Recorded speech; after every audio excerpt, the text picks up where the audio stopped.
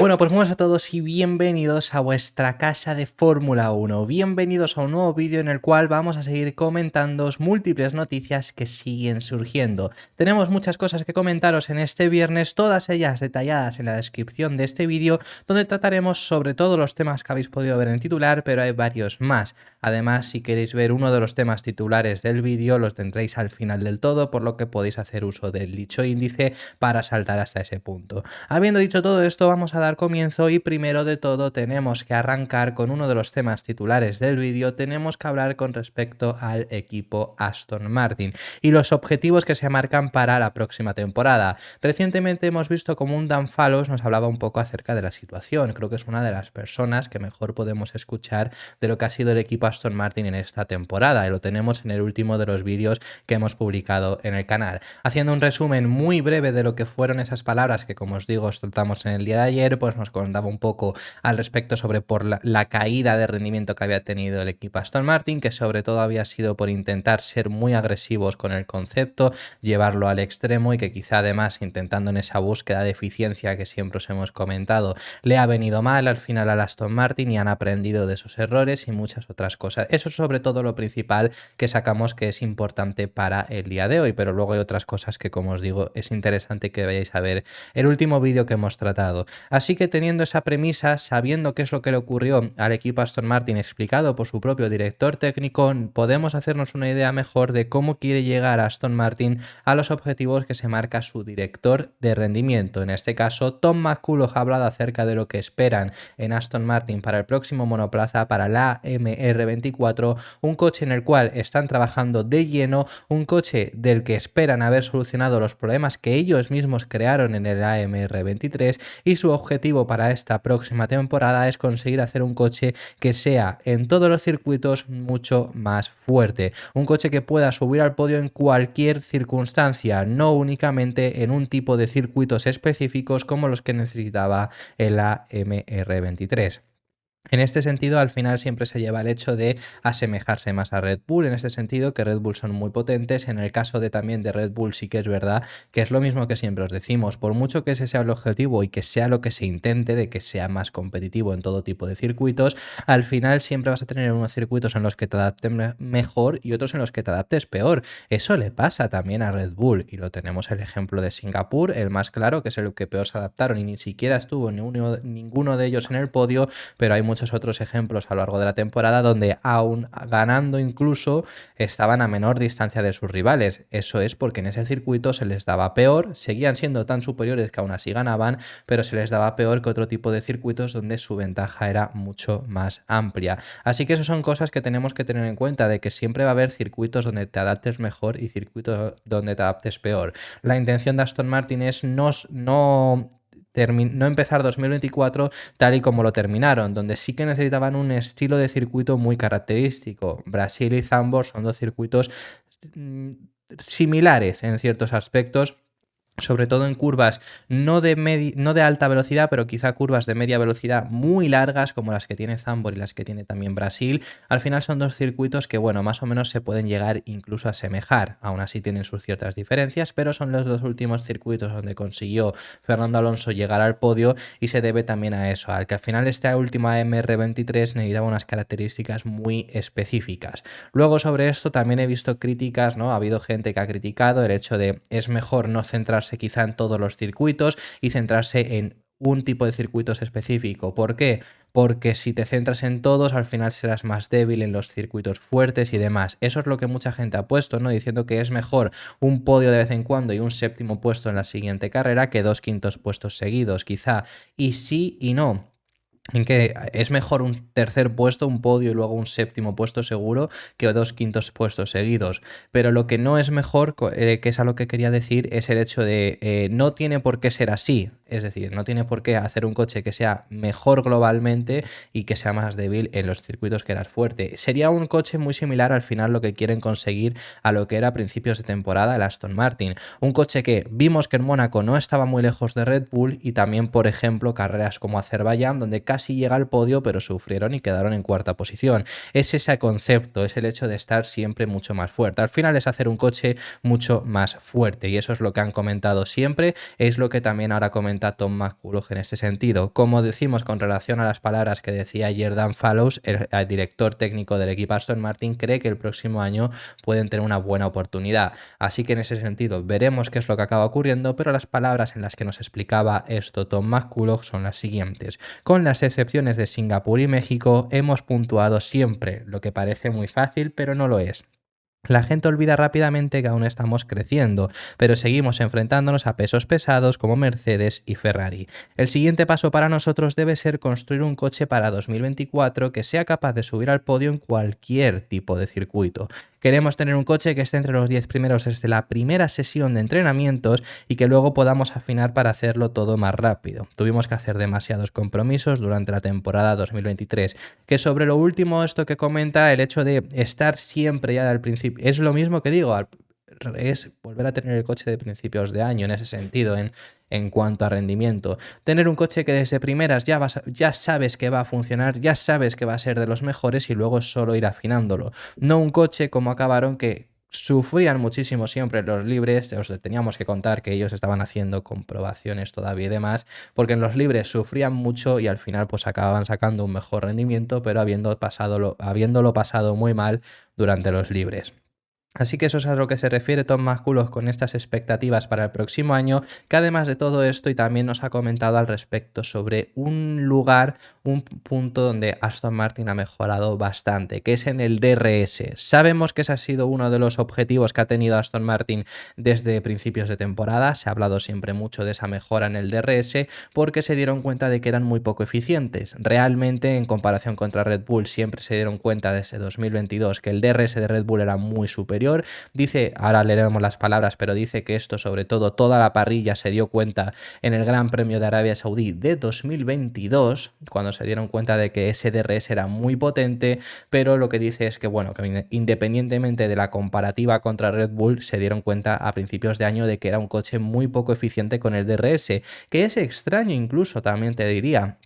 En sentido, el Aston Martin era un coche que genera mucho drag, es un coche que en velocidad punta no es muy bueno, pero abriendo el DRS ese drag debería de desaparecer en gran medida, pero aún así con la parte delantera y demás del coche seguía generándolo bastante, así que es algo en lo que trabajaron, por lo menos que el DRS fuese igual de eficiente que el resto y la verdad que lo acabaron consiguiendo y ese es uno de los aspectos en los que más se enfocó Aston Martin en trabajar a lo largo de toda esta temporada. Las palabras en las que nos decía todo esto son las siguientes: nos dimos cuenta de que el año pasado Red Bull era muy fuerte en este área, así que tomamos el relevo. Recuerdo que en Jeddah el año pasado fue la primera vez que todo el mundo dijo, vaya, la ventaja que tienen cuando abren el DRS es bastante grande. Al principio no teníamos un DRS especialmente eficaz y lo hemos ido desarrollando sistemáticamente para mejorarlo mientras que intentábamos mantener la estabilidad. Además de todo esto, vamos a dejar el tema con relación al equipo Aston Martin a un lado. Como os digo, el otro tema titular del vídeo lo trataremos al final del mismo, pero os tenemos que tratar varios temas, varias noticias interesantes y la primera de ellas os tenemos que hacer relación a lo que está ocurriendo en el mundo del deporte, porque en el día de ayer la justicia europea falló en su veredicto a favor de la Superliga de fútbol y no os vamos a hablar de fútbol y no os vamos a explicar qué es lo que ha ocurrido, pero básicamente lo que dijo el Tribunal de Justicia de Deporte Europeo, lo que dijo es que UEFA y la FIFA estaban monopolizando el mercado y que no podían prohibir a nadie realizar una competición. Mi opinión, como lo digo, bueno, eso si lo queréis saber, mi opinión está en redes sociales, pero que no os la voy a poner ahora en este vídeo porque no hablamos de fútbol. Entonces, sobre todo, en lo que lo vamos a tratar este vídeo y por lo que hacemos mención a esta noticia, después de que la Superliga haya tenido el fallo a favor de la justicia europea, sale a la luz que qué podría pasar con la Fórmula 1, porque podría repercutir a la Fórmula 1 esto que ha ocurrido ahora con todo el tema de la Superliga y la UEFA. ¿Por qué podría perjudicar o en qué podría afectar? Bueno, pues el primero de los casos que podría llegar a afectar es con Andretti. Claro, no puedes monopolizar el mercado, o sea, al final a lo que le han dicho a la UEFA. La Fórmula 1 no puede monopolizar el mercado. Esto es lo que ya se decía hace meses de que iban a tener muy complicado decirle que no a Andretti porque la Europa no les iba a dejar. Y efectivamente, después de recordarse esto ayer con el fallo a favor de la Superliga, ahora con este tema con Andretti lo tienen mucho más fácil para para poder llegar a entrar a la Fórmula 1. Y luego también surge otra hipótesis de qué podría pasar con esto, que es que ahora la FIA no puede bloquear a los equipos de Fórmula 1 si quieren hacer su propia liga, su propia competición independiente. Así que veremos si esto lo aprovechan algunos de los dos bandos, que sabemos la guerra que hay entre la FIA y la Fórmula 1, para salirse con la suya.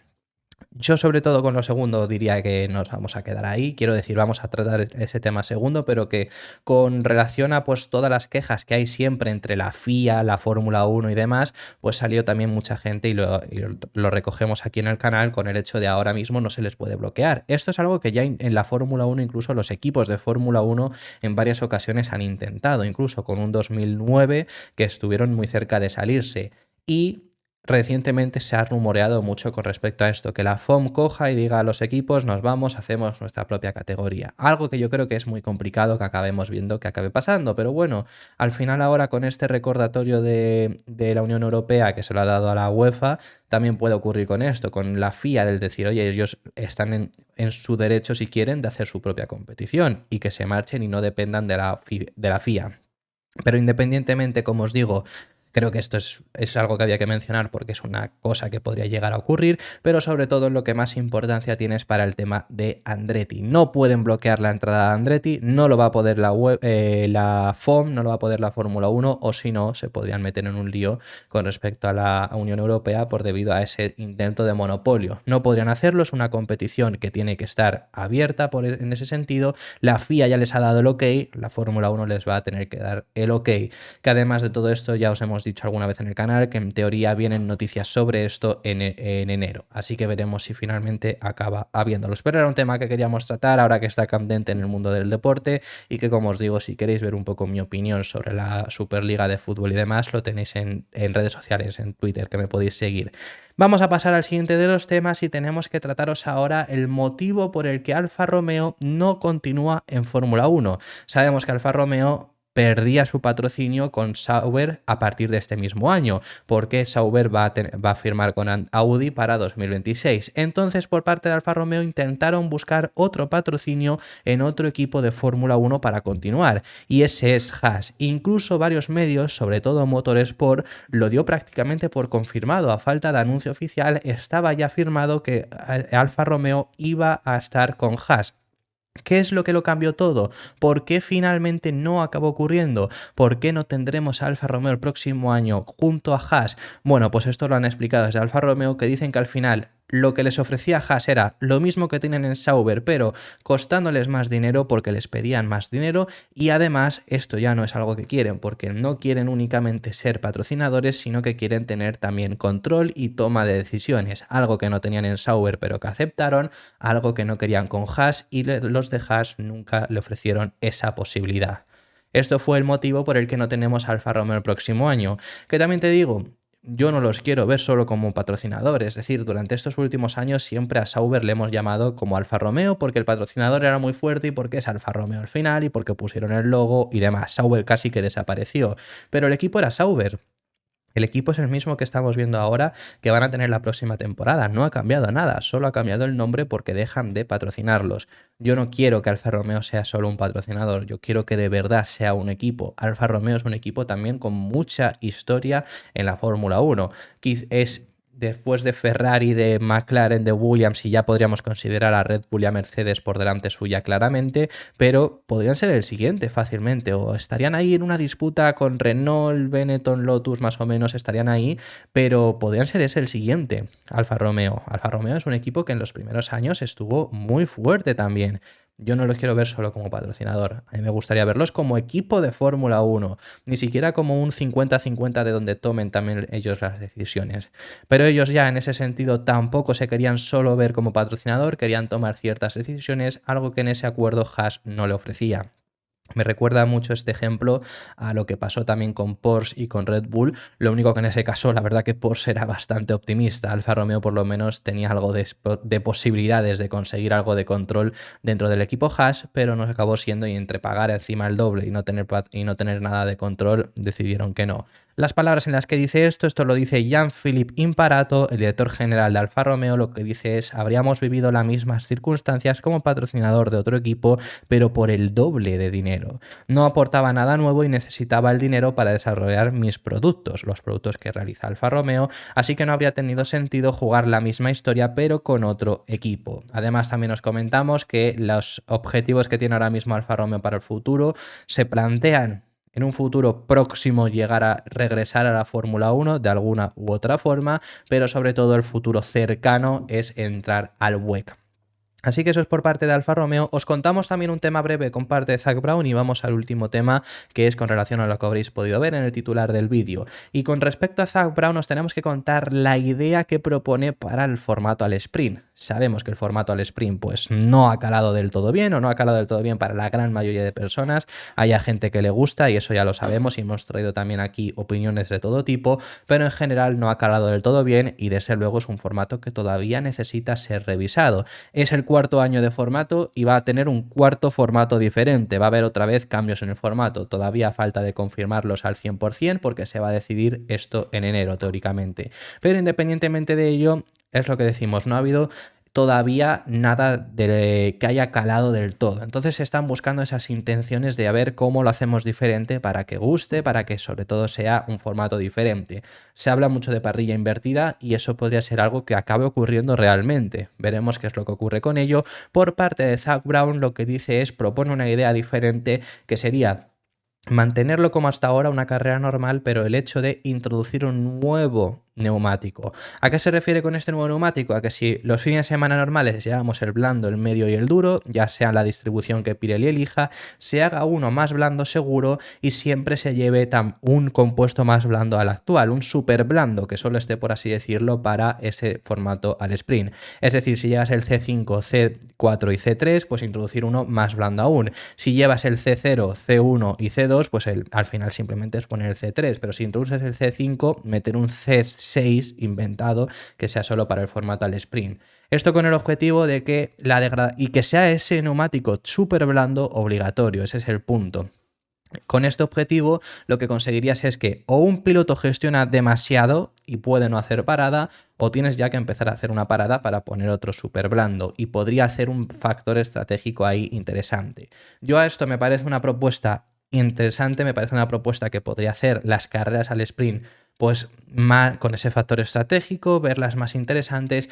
Ahora bien, sinceramente, me parece que ya es hacer una mini carrera y eso es algo que siempre han intentado obviar para no asemejarse a ese domingo. Eso es algo que Zak Brown también le he preguntado y dice que él cree que no, en sentido de que no cree que vaya a quitarle protagonismo a la carrera. Yo creo que no, pero es que ya entonces ahí ya vemos hasta el factor estratégico con un compuesto y necesitando hacer la parada. Quiero decir, es una carrera más corta y ya está. Creo yo que es esto. Yo sigo diciendo que creo que es un formato que inevitablemente va al olvido, inevitablemente va a desaparecer, porque cada vez se está moviendo además más hacia las zonas horarias más insignificantes, porque ahora vamos a tener libres 1, clasificación shootout, sprint, clasificación y carrera. O sea, como fijáis, lo van moviendo más hacia ese viernes y sábado para no tenerlo en el meollo de todo el fin de semana.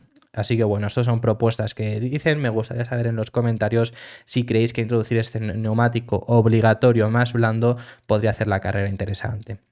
Y el último de los temas que os teníamos que tratar, que lo habréis podido ver en el titular y en la miniatura de este vídeo, os tenemos que hablar acerca de la situación actual en la que se encuentra Red Bull con sus pilotos. Sabemos que Verstappen y Checo tienen contrato para la próxima temporada y son los que van a dar comienzo 2024, pero el piloto mexicano no tiene contrato para el próximo año y de eso ya os hemos hablado bastante, y de quien se habla que podría llegar a ser su sustituto. Siempre os hemos dicho que es Daniel Ricciardo. Siempre desde que llegó Ricciardo, además desde que llegó a Red Bull como tercer piloto, la amenaza estaba ahí, pero encima desde que lo subieron al equipo Alfa Tauri, más aún. Esa amenaza sigue ahí y es que encima se le ha sido preguntado a Christian Horner por parte de Sky Sports al respecto sobre esto, al respecto sobre si Ricciardo puede acabar ocupando ese hueco de Sergio Pérez en 2025, y lo que ha dicho es que todo está abierto, que cualquiera de los dos puede llegar a tener ese asiento, como podría ser incluso otro piloto ajeno, que no tiene por qué ser ninguno de ellos dos, pero que en 2025 tendrá el asiento quien más se lo merezca. Además, llega a decir que es importante para Red Bull ahora mismo tener opciones tanto externas, opciones que pueda llegar a fichar de otros pilotos, otros equipos, como opciones ya desde dentro del equipo para meter presión a Checo. Esto es lo que ha dicho y al final es volver a lo que siempre os hemos dicho aquí en el canal. Siempre os hemos dicho que hay que tener cuidado, veremos a ver con Ricciardo. Ricciardo tampoco ha hecho nada espectacular para merecerse ese asiento en Red Bull, pero entre que Horner tiene devoción por él y siempre os lo hemos contado y siempre os lo hemos explicado, mientras que Checo además este año durante ciertos meses los pasó que fueron bastante duros, que sabemos también cómo han tratado siempre al piloto mexicano. Son muchos los factores por los que Checo podría quedarse sin ese asiento en Red Bull y siempre os lo hemos dicho y nunca os lo hemos ocultado. Tampoco han acabado siendo pues las informaciones que había de que no iba a correr en 2024. 2024 lo va a comenzar. Cuidado con que lo acabe, porque esto sí que es alguna información que ha salido de que dependería de su propio rendimiento y en este sentido sabemos que Red Bull funciona así, si rindes muy mal te pueden acabar echando, pero bueno, Checo yo creo que puede rendir suficiente para que, por lo menos por méritos propios, continúe sin lugar a dudas, ya otra cosa es lo que quiere hacer Red Bull, pero ahí lo vemos, ¿no? Como para esa extensión de contrato va a tener que currárselo bien Checo, porque si no, ya de por sí tienen en mente a Ricciardo e incluso opciones fuera. Siempre se ha hablado de opciones fuera, especialmente Lando Norris, que Norris igualmente tiene contrato para el final de 2024, pero podría ser una opción que podría llegar a seguir ahí vigente. Así que veremos en ese sentido qué es lo que acaba ocurriendo, pero que ya de por sí diga Christian Horner que todo está abierto es bastante esclarecedor y luego pues luego sigue habiendo gente que sigue diciendo que no, que esto no va a ocurrir. Si yo no digo que vaya a ocurrir, yo digo que es una opción que está ahí y que desde luego conociendo a Red Bull hay que tenerla muy en mente que podría llegar a ocurrirse. No les va a temblar el pulso en ese sentido, por mucho que esté Checo ahí y demás. Así que veremos qué es lo que ocurre. Las palabras que daba Christian Horner con respecto a este tema son las siguientes. Como equipo quieres formar la pareja más competitiva que puedas tener y quieres la dinámica adecuada en el equipo. Max y Checo han sido la pareja tremendamente exitosa. Checo en sus 3 años con nosotros ha terminado cuarto, tercero y segundo, así que lleva una buena trayectoria. Daniel es bien conocido por nosotros. Es genial tenerlo de vuelta en el raíl de Red Bull y por supuesto todo está abierto para 2025 en adelante. Para nosotros tener opciones internas y también externas no está nada mal. Además, también recalcaros sobre lo que comenta en este caso Horner, ha sido Checo exitoso bastante. Por supuesto, este año tenía el mejor monoplaza y el mejor monoplaza que ha tenido Red Bull nunca, pero también ha sido la primera vez que ha conseguido Red Bull quedar primero y segundo en el Mundial de Pilotos. El punto débil es que Checo ha quedado a más de la mitad Verstappen ha conseguido más del doble de puntos que él, pero bueno, que ha sido la primera vez con la que han conseguido ese factor, así que en ese sentido es positivo. Veremos qué es lo que acaba ocurriendo con todo esto. Para terminar, lo último para cerrar el vídeo, tenemos que hablaros de unas declaraciones que ha dado Valtteri Bottas, y sí, Valtteri Bottas, que le recomienda a Checo qué hacer para el próximo año. Yo creo que Bottas no es el más adecuado para hablar en ese sentido porque Bottas nunca estuvo tampoco cerca de Lewis Hamilton, pero bueno, que al final también es una persona que sabe errores que cometió él mismo en esa trayectoria que estuvo junto al 7 veces campeón del mundo y quizá de algo en lo que pueda aprovechar Checo. Él no se pone como de ejemplo, así que en ese sentido es lo que digo. Pero lo que comenta el piloto finlandés es que no puede entrar Checo a un fin de semana pensando que no va a superar a su compañero de equipo, porque si es así, ya entras pensando en eso, no lo vas a superar nunca. Que es como os digo, puede incluso ponerse de ejemplo en el hecho de yo he hecho esto, que no lo haga Checo, porque si no va a ser imposible. Quizás sí que si lo tomamos ese ejemplo de esa forma, lo podemos tomar más real. Pero es lo que dice Valtteri Bottas, ¿no? Le da consejos como ese o como también en lo que dicen sus palabras, que son las siguientes: necesitamos tener esa actitud de que puedes derrotar a tu compañero. No puedes afrontar un fin de semana y decirte a ti mismo que no vas a poder vencerlo. Ya estás perdiendo si haces eso. En ese sentido es un deporte en el que siempre tienes que tener mucha confianza en ti mismo y confiar en tus habilidades. Si no tienes esa confianza en ti mismo, acabarás entrando en una espiral negativa y muy difícil de gestionar. Eso ya se nota en el cronómetro y en la consistencia. Diría que, viendo lo que Sergio está pasando, sin duda le falta confianza y le podemos ver en sus resultados. Así que veremos qué es lo que acaba ocurriendo. Realmente sí que creo que tiene razón Sobre todo en el hecho de necesitas una confianza muy necesaria, que por supuesto eso en Fórmula 1 es súper importante, pero además también creo que sí que tiene razón en el hecho de no puedes entrar en un fin de semana pensando que no vas a superarlo. Si piensas así, pero y ya no solo esto en Fórmula 1, en cualquier cosa, en cualquier deporte, si LeBron James entra a una cancha de NBA pensando que no va a ganar a los Denver Nuggets, no les va a ganar. Si, no sé, si el Barcelona entra a un partido de fútbol contra el Girona pensando que no les va a ganar, desde luego que no lo van a ganar, así sucesivamente. Así que son cosas que desde luego en cualquier deporte, pero que en cualquier cosa de la vida, si tú entras a un examen pensando que lo vas a suspender, lo vas a suspender. Entonces hay que ser, en ese sentido, no llevar esa mentalidad. Luego puedes perder porque sea muy superior a ti, pues bueno, pero si ya de por sí vas pensando en ello, desde luego que te va a ocurrir. Así que esto ha sido todo por este vídeo. Muchísimas gracias por haber llegado hasta el final del mismo. Déjame en los comentarios tus impresiones sobre todos los temas que hemos estado tratando, que hemos hablado de temas muy interesantes. Si te ha gustado el vídeo, dale un like y suscríbete para no perderte ningún otro contenido que realicemos. Tendremos un vídeo más en el día de hoy, así que suscríbete para no perderte y nos vemos en el siguiente, que seguiremos hablando de Fórmula 1.